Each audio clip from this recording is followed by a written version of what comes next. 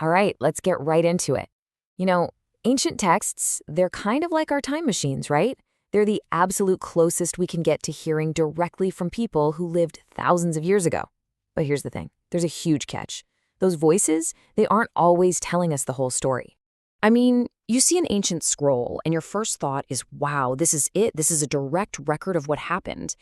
It is so tempting to just take these texts at face value, to see them as a perfectly clear window into another time. But here's the question that kicks off all of history. Are they really telling the whole truth? Are we reading objective facts? Or are these actually very carefully crafted stories, each with its own hidden purpose? And that right there is where historians put on their detective hats and the real investigation begins. So back to that idea of a window to the past. Is it an accurate metaphor? Well, the short answer is not really.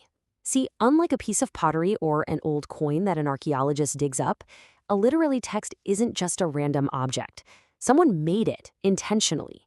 It's an interpretation of the world, and it's completely shaped by who the author was, who they were writing for, and what they were trying to accomplish. Which means a historian's job isn't just reading. Oh, no.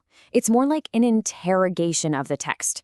We have to become detectives, hunting for clues about the motivations and the biases that are woven into every single line. So when we're investigating a text, what are the usual suspects we're looking out for? Well, suspect number one, patronage.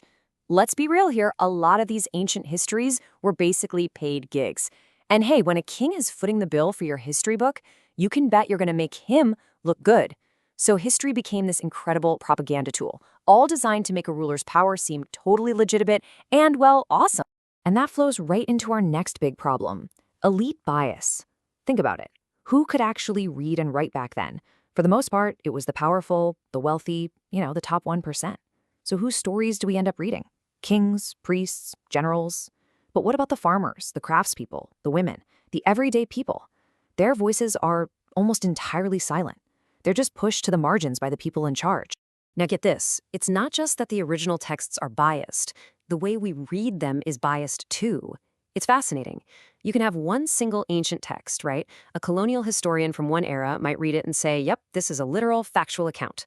Then a nationalist historian comes along, picks up the exact same book, and uses it to build this grand story about a glorious national past. The Marxist historian looks for clues about class struggle, while the subaltern historian listens for the silences, for the people who aren't being talked about.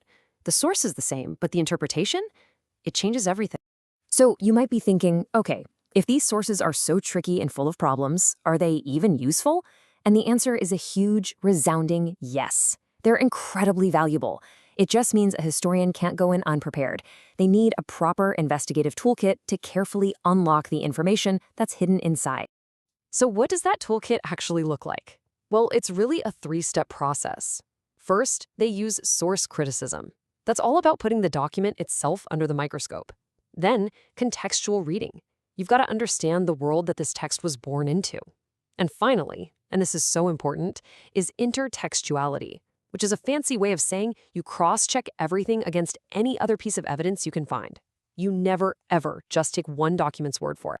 Let's dig into that first tool a little more, source criticism. The easiest way to think of it is like a detective doing a background check on a witness. There's external criticism, that's asking the basic questions. Who wrote this? When? Where? And the big one, why? Then there's internal criticism. That's where you actually look at the story itself. Does it add up? Is it consistent?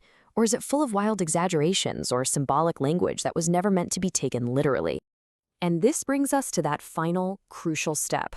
A good historian would never bet the farm on a single source. They have to cross-verify the story. So they'll check a written text against other texts, sure, but they also have to compare it with totally different kinds of evidence. Things like inscriptions carved into stone, the faces and symbols stamped onto old coins, and of course, whatever the archaeologists are literally digging up out of the ground. Okay, so we've got our historian's toolkit ready to go. Let's put it to the test. We're going to open up a case file on some of the most famous and most challenging ancient texts of all, the great epics. So let's take a massive epic like the Ramayana or the Mahabharata. A modern historian isn't going to read that to figure out the exact date a battle happened. That's really not the point. Instead, they use it as this incredible window into the society that created it. It tells us so much about their social structures, their family rules, and their deep-seated beliefs about what it meant to be a good and just king. That's the real historical treasure inside these epics. All right, case file number 2. Let's shift gears and look at official court chronicles. Now, on the surface, these seem way more straightforward than a giant epic poem, right? I mean, they're the official records of a king's rule. But that word, official, that's the word that should make a historian pause. A perfect example is the famous Akbarnama, the official history of the Mughal Emperor Akbar. Was it a neutral, just the facts account of his reign? No way, not a chance. It was a brilliant, sophisticated piece of political literature, written with one main goal, to legitimize and glorify the emperor's rule. So, we're back to our big question. If we know these texts are basically a form of political propaganda, should we just toss them out? Are they completely useless for finding out what really happened? And the answer, again, is absolutely not. In fact, this is where the detective work gets really exciting. Take a 13th century text like the Taj-u-Mathir. Yes, it's about kings and battles, but buried inside its pages are these incredible, tiny details about everything else. Descriptions of different swords, musical instruments, even what kinds of fruit people ate, like muskmelons. Details on gardens, on clothes, on jewelry. It's a goldmine of social history, hiding in plain sight inside a political text. Okay, so let's zoom out. After looking at all this evidence and all these methods, what's the final verdict? What is historical truth, really? What's the big takeaway from our whole investigation? I think the most crucial thing to remember is this. Historical truth isn't some perfect, shiny fact that's just waiting to be discovered. It's a reconstruction. It's a rich, complex, and layered understanding that historians have to carefully piece together from all of this messy, biased, and flawed evidence. The goal is not to find a perfect photograph of the past. That's impossible. The goal is to build the most critical and comprehensive interpretation we possibly can. And this quote really just nails it perfectly. Literary sources are not simple mirrors reflecting the past. They are mediated texts.